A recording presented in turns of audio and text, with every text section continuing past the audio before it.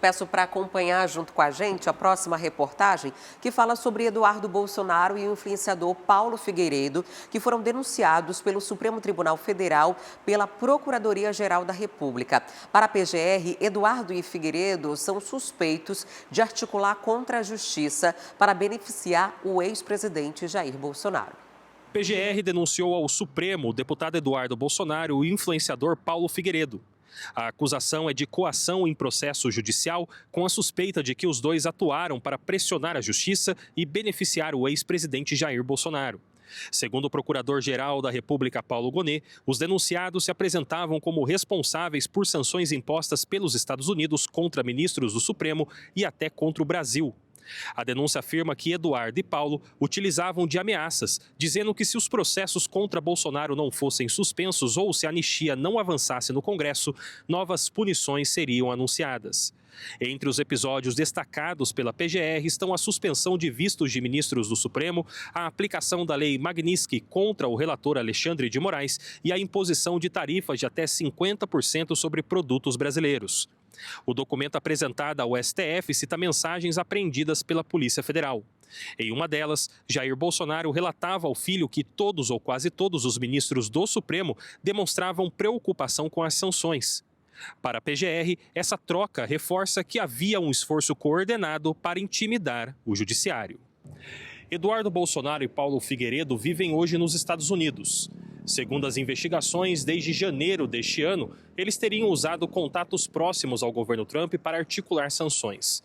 A Procuradoria afirma que os dois buscavam transmitir a ideia de que o Brasil sofreria perdas econômicas caso o Supremo não cedesse às pressões. Nas redes sociais, Eduardo Bolsonaro e Paulo Figueiredo assinaram uma nota em conjunto que afirmam usar a primeira emenda americana que permitiria peticionar ao governo para corrigir abusos e injustiças. Disse também que a publicação teria ocorrido após as ampliações das sanções dos Estados Unidos a pessoas ligadas a Alexandre de Moraes e que isso evidencia a perseguição política em curso. O crime de coação em processo judicial está previsto no Código Penal e prevê pena de até 4 anos de prisão, além de multa. O Ministério Público também pede que os acusados reparem os danos causados pelas ameaças. Agora, caberá ao Supremo decidir se aceita ou não a denúncia. Se o processo avançar, Eduardo Bolsonaro e Paulo Figueiredo se tornarão réus em mais uma ação penal ligada à tentativa de golpe. Igor, é muito provável que o STF aceite essa denúncia, né? E também complique ainda mais a situação de Eduardo, que já deve ter o processo dele em relação à perda de mandato colocado em pauta nesta semana. Então, é mais algo que pode preocupar o deputado que permanece nos Estados Unidos.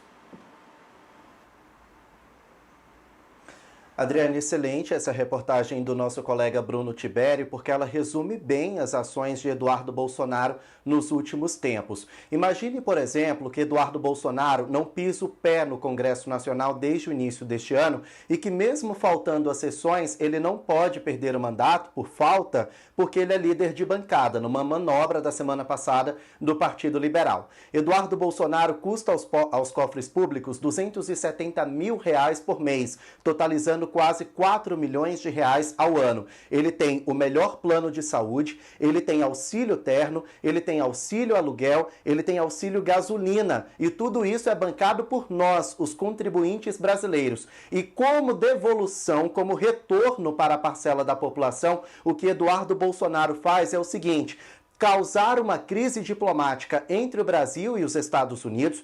Ele mesmo assumiu que foi um dos grandes influenciadores de Donald Trump, do governo norte-americano, a impor essas sanções de 50% sobre os produtos brasileiros, algo que pode motivar a demissão de 300 mil pessoas já de imediato, até o fim deste ano. Isso é respeito à soberania? Isso é Brasil acima de tudo? Isso é respeitar o mandato a qual ele foi eleito para poder representar o povo no parlamento? Então acertou a Procuradoria-Geral da República ao dizer que Eduardo Bolsonaro comete crimes contra a nossa soberania, porque mesmo sendo um parlamentar tão caro, ele tem prejudicado a nossa economia ao colocar a maior potência mundial contra nós e contra ministros do STF, e com um único objetivo: impor retaliações, porque o pai dele foi condenado a 27 anos e 3 meses de prisão por um crime que, segundo a Polícia Federal, ele mesmo cometeu. Então não é Brasil acima de tudo, é Bolsonaro acima de tudo. E Eduardo Bolsonaro tem agido contra o nosso país. E vocês acham que depois dessa denúncia da PGR, o deputado federal, à distância, se intimidou? Negativo. Ele utilizou as redes sociais mais uma vez para atacar o nosso judiciário. Vamos ouvir.